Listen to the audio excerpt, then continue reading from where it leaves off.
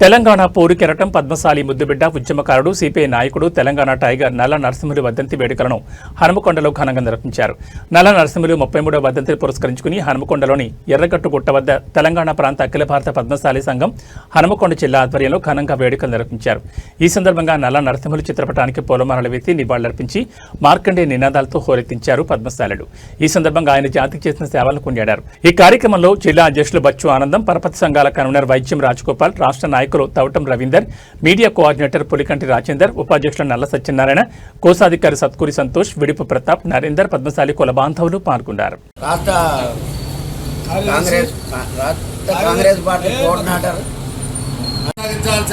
ఆశయాలను మనము అందిపుచ్చుకొని ముందుకెళ్ళి ఆశయాలను తీర్చిదిద్ది మన పద్మశాల ఐక్యత కోసం, మన తెలంగాణ కోసం, మన అందరం కూడా మన సమాజం కోసం మనం పోట్లాడవలసిన అవసరం ఉంది. ఈ సందర్భంగా వారికి నేను ఘనంగా నివాళులు అర్పించి జై నల్ల నరసింహ గారికి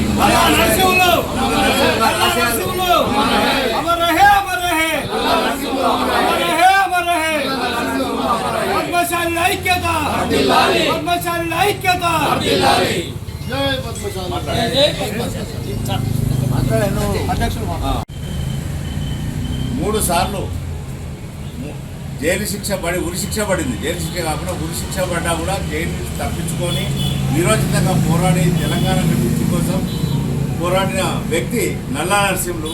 అంతటి ధైర్యశాలి, దీశాలి మన పద్మశాలి కుటుంబంలో జన్మించడము మనకు గర్వకారణము.